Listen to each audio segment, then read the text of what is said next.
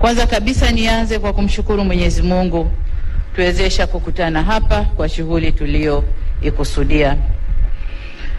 Shughuli yetu leo hapa ni kuja kumwapisha waziri mkuu mpya wa serikali yetu ya Jamhuri ya Muungano wa Tanzania, Mheshimiwa Dr. Mwigulu Lameck Nchemba.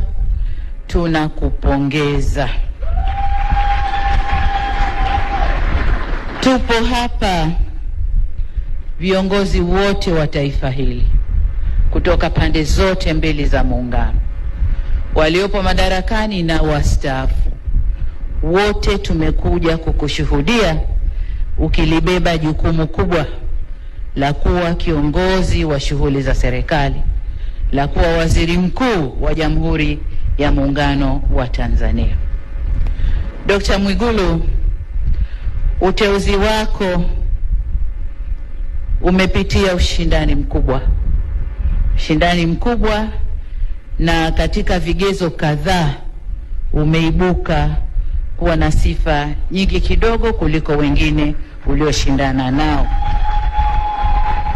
na vigezo vyote vilivyopimwa, tumepima maeneo mbalimbali ya kuitumikia nchi hii, ya kulitumikia taifa hili.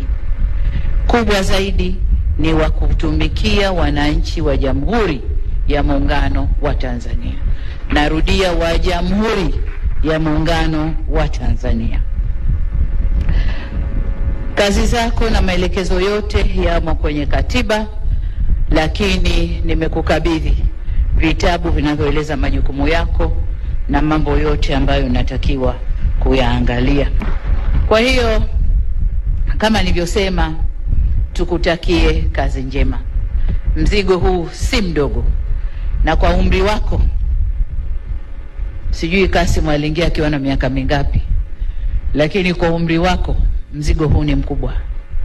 Kwa umri wako vishawishi ni vingi vya marafiki, ndugu, jamaa na wengine, vishawishi ni vingi.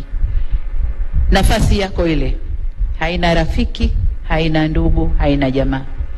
Ni nafasi ya kulitumikia taifa hili. Kwa hiyo nikutakie kila la heri katika utumishi wako, na mengine tutaelezana kwenye vikao vyetu vya ndani pamoja na baraza la mawaziri. Nikutakie kila la heri, na walioko hapa wote wamekuja kukushuhudia tukikubebesha mzigo huo, na umetuthibitishia jana kwamba unauweza na utakwenda kufanya kazi.